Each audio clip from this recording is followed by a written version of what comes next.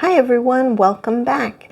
Thank you to all my subscribers and welcome to all my new subscribers. Today this is a continuation of my November book list and we're going to get started with some Native American stories for kids. That's the name of this book and it has 12 different stories from different tribes. I really like this book. It shows that there's many different tribes and not just one big tribe, so smaller kids can kind of understand that. My daughter really liked the stories, but the one thing that she did criticize was there aren't enough pictures. There's only one picture on the very first page of the chapter, and that's it. But what I do like is that it tells you where each tribe is from. It gives a little description, and each story is only about 2 to 3 pages long.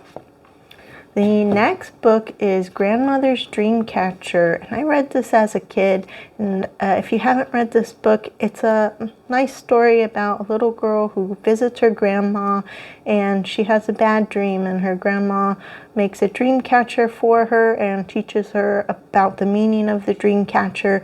At the end of the book shows you how you can make your own dream catcher.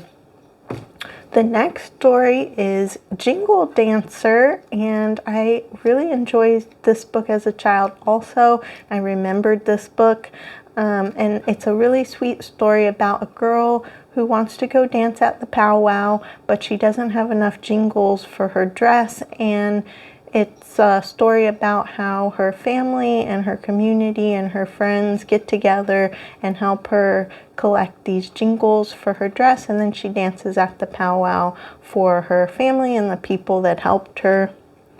The next 2 stories are In November by Cynthia Rylant and We Gather Together by Wendy Pfeffer. These 2 books both discuss seasons and what happens in November when the weather changes, what the animals do when the weather changes. But this book, We Gather Together, also talks about how people celebrate the fall time and harvest time around the world, so you get to learn about the different cultures, and it also talks about the equinox and why we have fall time and why we have springtime. This is definitely more of a Montessori book. This one reminds me more of a living story book. Both of them are good. I prefer the We Gather Together, but I know a lot of people like this book In November. And then I saved the best book for last, and that is The Leaf Thief.